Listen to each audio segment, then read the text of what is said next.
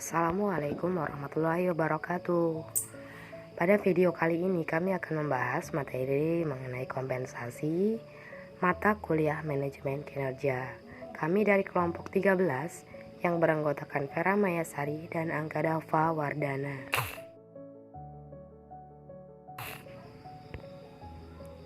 Materi yang pertama yaitu pengertian kompensasi. Kompensasi merupakan kontraprestasi terhadap penggunaan tenaga atau jasa yang telah diberikan oleh tenaga kerja. Kompensasi merupakan jumlah paket yang ditawarkan organisasi kepada pekerja sebagai imbalan atas penggunaan tenaga kerjanya. Wharton dan Davis mendefinisikan kompensasi sebagai apa yang diterima pekerja sebagai tukaran atas kontribusinya kepada organisasi. Di dalam kompensasi terdapat sistem insentif yang menghubungkan kompensasi dengan kinerja. Dengan kompensasi kepada pekerja diberikan penghargaan berdasarkan kinerja dan bukan berdasarkan senioritas atau jumlah jam kerja. Materi yang kedua yaitu tujuan manajemen kompensasi. Adapun tujuan manajemen kompensasi yang pertama yaitu memperoleh personel berkualitas. Yang kedua, mempertahankan karyawan. Yang ketiga, memastikan keadilan. Yang keempat, menghargai perilaku yang diinginkan. Yang kelima, mengawasi biaya. Yang keenam, mematuhi peraturan. Yang ketujuh, memfasilitasi rasa saling pengertian. Dan yang terakhir, efisiensi administratif. Materi yang ketiga yaitu faktor yang mempengaruhi kompensasi. Adapun faktor internal yaitu meliputi yang pertama kemampuan untuk membayar, yang kedua strategi bisnis perusahaan, yang ketiga evaluasi pekerjaan dan penilaian kinerja, dan yang terakhir yaitu karyawan perusahaan. Untuk faktor eksternal yaitu meliputi yang pertama pasar tenaga kerja, yang kedua tarif, yang ketiga produktivitas perusahaan, yang keempat biaya hidup, yang kelima serikat pekerja, yang kelima pemerintah, dan yang terakhir kondisi perekonomian nasional.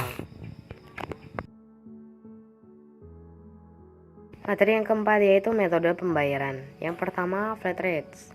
Dalam perusahaan atau organisasi di mana upah merupakan kesepakatan kolektif, dibayar upah berdasar flat rates tunggal tanpa memandang senioritas atau kinerja. Yang kedua yaitu payment for time work. Metode pembayaran ini mayoritas pekerja dibayar atas waktu kerja berdasar upah dan gaji. Yang ketiga yaitu variable pay, di mana setiap rencana kompensasi yang menekankan pada fokus bersama pada keberhasilan organisasi. Yang keempat yaitu ownership. Metode pembayaran ini di mana kepemilikan pekerja atas saham dimaksudkan untuk meningkatkan komitmen dan kinerja pekerja. Dalam kepemilikan saham pekerja menerima saham dari perusahaan. Yang kelima yaitu executive pay. Metode ini didasarkan pada pay for performance, dibayar berdasarkan kinerjanya. Materi yang kelima yaitu klasifikasi kompensasi. Yang pertama ada kompensasi finansial langsung. Kompensasi ini meliputi segala macam imbalan pekerjaan yang berwujud uang antara lain gaji, macam-macam tunjangan, THR keagamaan, insentif, bonus, komisi, pembagian laba perusahaan, opsi saham, dan pembayaran prestasi. Untuk klasifikasi kompensasi yang kedua yaitu kompensasi finansial tidak langsung. Jenis kompensasi ini juga berwujud uang yang dikeluarkan perusahaan namun tidak diberikan langsung kepada karyawan, melainkan melalui pihak ketiga. Misalnya, perusahaan mengikutsertakan karyawan dalam program perlindungan sosial dan kesehatan.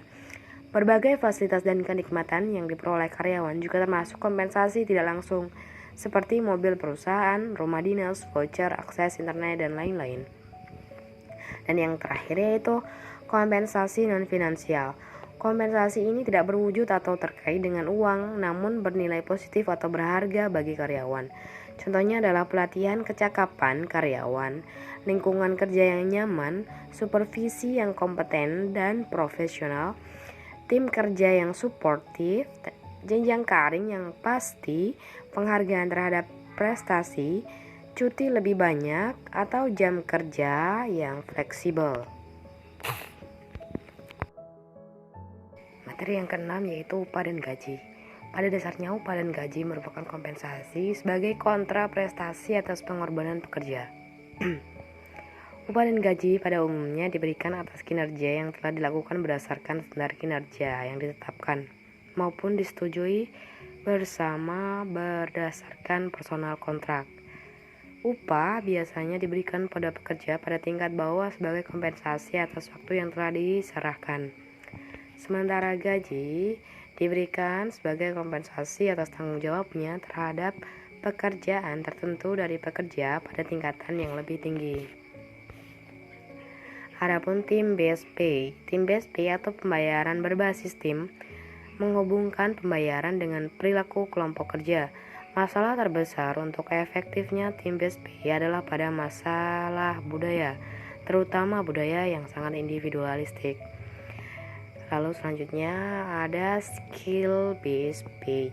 Skill based pay merupakan upah yang dibayar pada tingkat yang diperhitungkan dan berdasar pada keterampilan di mana pekerja menguasai, menunjukkan, dan berkembang dalam mewujudkan pekerjaan mereka.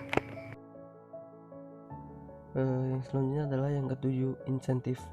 Insentif menghubungkan penghargaan dan kinerja dengan memberikan imbalan kinerja tidak berdasarkan senioritas atau jam bekerja. Meskipun insentif diberikan kepada kelompok, mereka sering menghargai perilaku individu. Program insentif dirancang untuk meningkatkan motivasi kerja para pekerja. Program insentif dapat berupa insentif perorangan, insentif untuk seluruh perusahaan, dan program tunjangan. Yang selanjutnya adalah bentuk insentif. Werther and Davis pada tahun 1996 menunjukkan adanya beberapa bentuk dalam pemberian insentif, yaitu sebagai berikut.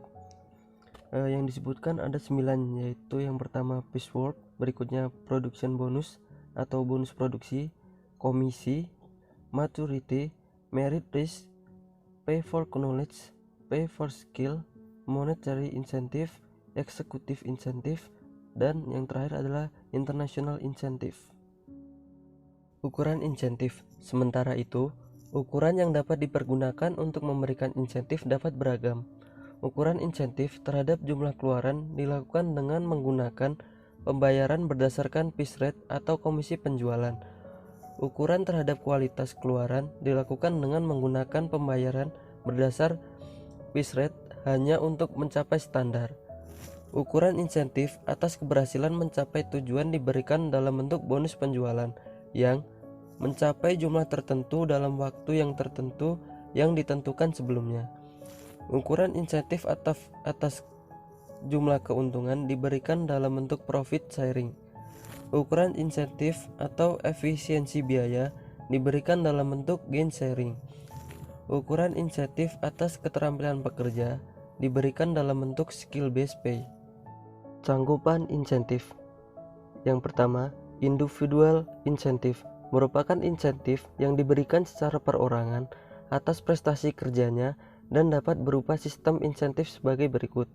Yang pertama, dapat berupa bonus, merit salary system, pay for performance atau variable pay. Yang kedua adalah company wide incentive, merupakan insentif yang dapat berlaku untuk semua pekerja di dalam organisasi dan dapat berupa sistem berikut. 1. Profit sharing plan, merupakan program insentif yang memberi pekerja keuntungan perusahaan di atas tingkat tertentu. Yang kedua, gain sharing plan adalah program insentif untuk membagikan bonus kepada pekerja yang kinerjanya dapat memperbaiki produktivitas. Yang terakhir adalah pay for knowledge plan, merupakan program insentif untuk mendorong pekerja untuk belajar keterampilan baru atau menjadi cakap di pekerjaan yang berbeda. Berikut adalah penjelasan mengenai profit sharing and gain sharing. Profit sharing merupakan bagian keuntungan ekonomi yang dihasilkan bisnis secara keseluruhan yang diberikan kepada pekerja. Terdapat 3 macam tipe profit sharing yang dikenal untuk dapat dipergunakan. Setiap organisasi dapat menyesuaikan tipe yang lebih sesuai dengan kebutuhannya dengan pilihan sebagai berikut. A. Deferred plan, B. Distribution plan, C. Combination plan. Gain sharing adalah bonus yang dikaitkan dengan kenaikan produktivitas yang dapat diukur. Gain sharing merupakan kelompok rencana insentif berdasar formula di mana pekerja berbagi dalam keuntungan keuangan organisasi dari kinerja yang diperbaiki, menurut Gibson dan Donnelly. Pendekatan yang dapat dipergunakan dalam memberikan gain sharing adalah sebagai berikut: A. Employee ownership, B. Production sharing plans, C. Profit sharing plans, D. Cost reduction plans. 8. Penghargaan. Penghargaan adalah imbalan atas pelaksanaan pekerjaan yang diberikan manajer dan hasil yang diperoleh pekerja mendapat upah atau gaji. Di luar upah, gaji, dan insentif, seringkali pemimpin memberikan tambahan penerimaan yang lain sebagai upaya lebih menghargai kinerja pekerjanya. Tujuan utamanya program penghargaan adalah untuk menarik orang yang cakap untuk bergabung dalam organisasi, menjadi pekerja agar datang untuk bekerja, memotivasi pekerja untuk mencapai kinerja yang lebih tinggi, menurut Gibson dan Donnelly. Yang kesembilan, tunjangan. Tunjangan adalah kompensasi lain selain gaji dan upah.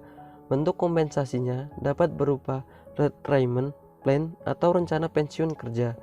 Bentuk tunjangan antara lain dapat berupa waktu istirahat kerja.